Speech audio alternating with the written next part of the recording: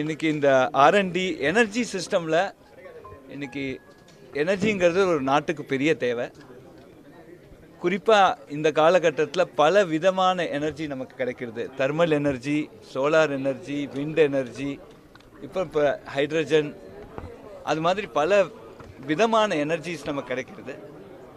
குறிப்பாக என்னென்னா, எந்த டைம் நமக்கு நிறையா கன்சம்ஷன் இருக்கோ அந்த டைம் ஜெனரேஷன் இருக்காது, எந்த டைம் நிறையா ஜெனரேஷன் இருக்கோ அந்த டைம் கன்சம்ஷன் இருக்காது. அதனால் எப்படி நம்ம ஜெனரேட் பண்ணுற எனர்ஜியை எப்படி ஸ்டோர் பண்ணணும், எப்படி பேட்டரிஸ் வச்சு ஸ்டோர் பண்ணணுமா, எப்படி டிஸ்ட்ரிபியூட் பண்ணணும், எந்த இடத்துல தேவையோ அந்த இடத்துக்கு அந்த எனர்ஜியை எவாக்குவேட் பண்ணுறது, இது மாதிரியான பல ஆராய்ச்சிகள் தேவைப்படுது. குறிப்பாக எவ்ரி மந்த் ஏதோ ஒரு எனர்ஜி, ஒரு பேட்ரி டெக்னாலஜியோ, ஒரு எனர்ஜி சென்சிங்கோ, இது மாதிரி பல டெக்னாலஜிஸ் ஒரு மாதமும் ஒரு புது டெக்னாலஜி வந்துருக்கு. குறிப்பாக தமிழகத்தில் ஒரு பெரிய அட்வான்டேஜ் என்னென்னா, நமக்கு எல்லா எனர்ஜியும் எல்லா விதமான டெக்னாலஜியும் இங்கே உபயோகப்படுத்துறதுக்காக ஒரு சாத்தியம் இருக்குது. அதனால் எப்படி அந்த டெக்னாலஜிஸை எடுத்துன்னு வந்து எப்படி ஒரு நல்ல எஃபிஷியன்ட் ரெசிலியன்ட் நெட்வொர்க், அதாவது ஒரு நேச்சுரல் டிசாஸ்டர், ஒரு பெரிய சைக்ளோன் வர காலமோ இல்லை ஒரு பெரிய சர்ஜஸ் வர காலமோ, அந்த மாதிரி இதில் எப்படி அந்த நெட்வொர்க், அந்த இன்ஃப்ராஸ்ட்ரக்சரை நம்ம பாதுகாக்கிறது, அதுதான் ரொம்ப முக்கியம், அந்த ரெசிலியன்ஸை. அதே மாதிரி நிறைய டேட்டா ஜெனரேட் பண்ணுறோம்.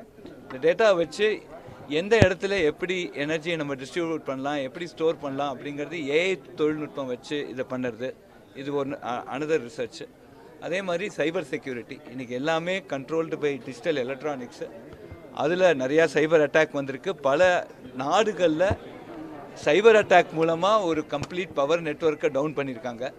இது மாதிரியாக நடக்காமல் இருக்கிறதுக்கு எவ்வளவு வேலை செய்யலாம், இது மாதிரி பல கோணங்களில் நம்ம ஆராய்ச்சி செய்ய போகிறோம். அதே மாதிரி ஒரு எனர்ஜி ஜென்ரேட் பண்ணுறதே, ஒரு எனர்ஜி ஜெனரேஷனுக்கு நிறையா டெக்னாலஜிஸ் இருக்குது. அந்த ஜெனரேட் பண்ணுற எனர்ஜியை எஃபிஷியண்ட்டாக ஜென்ரேட் பண்ணுறோமா, கரெக்டாக மானிட்டர் பண்ணுறோமா. இப்போ மாண்புமிகு அமைச்சர் சொன்ன மாதிரி ஒரு ஸ்மார்ட் மீட்டர்னால் அதுக்கு பல வெரைட்டிஸ் இருக்குது. எந்த ஸ்மார்ட் மீட்டரை யூஸ் பண்ணணும், எப்படி யூஸ் பண்ணணும், அதை யாரும் டேம்பர் பண்ணாமல், அதில் கோளாறுகள் வராமல் எப்படி அதை பாதுகாக்கிறது, இது மாதிரியான ஒவ்வொரு நுணுக்கங்களையும் நாங்கள் இப்போ இந்த எம்ஓயு மூலமாக நாங்கள் செய்ய போகிறோம். குறிப்பாக இங்கே ஒரு ஆஃபீஸ் செட் பண்ணி கொடுத்துருக்காங்க. அதில் ஐஐடி மெம்பர்ஸ் இங்கே வரும். அதே மாதிரி ஐஐடி மெட்ராஸ்லேயும் ஒரு ஆர்என்டி செட்டப் வச்சு டிஎன்இபிலேருந்து அங்கே வருவாங்க.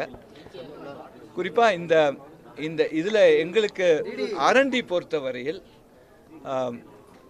உலகத்திலேயே நமக்கு டைவர்ஸ் நெட்வொர்க் தமிழ்நாட்டில் இருக்குது.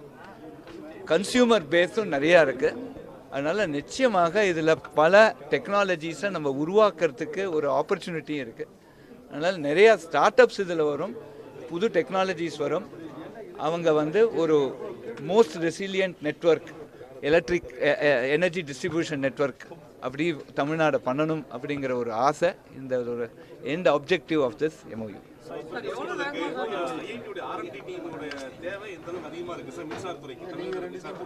எல்லாத்துக்குமே இப்போ அதாவது அந்த நெட்வொர்க்குங்கிறதே ஒரு இன்ஸ்டிடியூஷன் பை இட் செல்ஃப். அதில் உங்களுக்கு ஹை பவர் எலக்ட்ரானிக்ஸ் தேவைப்படுறது, கம்ப்யூட்டர் சயின்ஸ் தேவைப்படுறது, உங்களுக்கு கேபிள் பண்ணுறதுக்கு நல்ல மெட்டலர்ஜிஸ்ட் அது மாதிரி தேவைப்படுறது. இன்றைக்கி ஒரு சின்ன சைஸில் நிறையா எனர்ஜியை டிரான்ஸ்மிட் பண்ணுற அளவுக்கு கேபிள்ஸ், இப்போ நிறையா தெர்மல் ப்ராப்பர்ட்டிஸோட நிறையா டெம்பரேச்சரை தாங்குகிற கேபிள்ஸ், இது மாதிரியான பல ரிசர்ச்சஸ் நடந்துருக்கு. ஸோ ஒரு எனர்ஜி டிஸ்ட்ரிபியூஷன் நெட்வொர்க்குன்னு நீங்கள் நினச்சாலே அதுவே ஒரு இன்ஸ்டிடியூஷன் பை இட் செல்ஃப். எல்லா டிசிப்ளின் கிட்டத்தட்ட ஒரு 5-6 இன்ஜினியரிங் டிசிப்ளின்ஸ் அதில் தேவைப்படுது. எல்லாரையும் இப்போ நம்ம அப்பப்போ அசம்பிள் பண்ணுறோம். அதாவது தேவைக்கு ஏற்ப நாங்கள் ஃபேக்கல்ட்டியை இந்த எம்ஓயு மூலமாக அந்த ஃபேக்கல்ட்டி இங்கே கொண்டு வந்து அவங்களோட ரிசர்ச் ஸ்காலர்ஸையும் கொண்டு வந்து எப்படி இந்த ஆராய்ச்சியை செய்து இதை எப்படி பயன்பாட்டுக்கு கொண்டு வருது. ஆராய்ச்சி செய்வது ஒரு பக்கம், பேப்பர் பண்ணுறது ஒரு பக்கம், ஆனால் இதை எப்படி பயன்பாட்டுக்கு கொண்டு வருதுங்கிறது ஒரு பெரிய நெக்ஸ்ட் ஸ்டெப்ஸ். இதை செய்ய போகிறோம். பேட்டரி ஸ்டோரேஜ் இப்போ இருக்குது 1 மெகாவாட் நாங்கள் பண்ணி வச்சுருக்கோம். இதனால ஆராய்ச்சி நிறையா செய்ய வேண்டியிருக்கு. அது ஒரு ப்ராக்டிஸை ஸ்கேலபிளாக அதை கொண்டு வரதுக்கு அதோட எஃபர்ட் நாங்கள் நிச்சயமாக எடுப்போம்.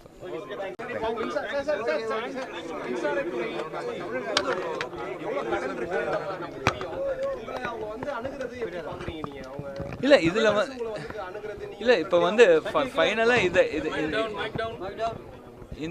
இந்த ஆராய்ச்சியோட கடைசி இது கடைசி நோக்கு வந்து எண்ட் யூசர், அதாவது காமன் மேனுக்கு அது எவ்வளோ யூஸ்ஃபுல்லாக இருக்குங்கிறது தான் எங்கள் முதல்.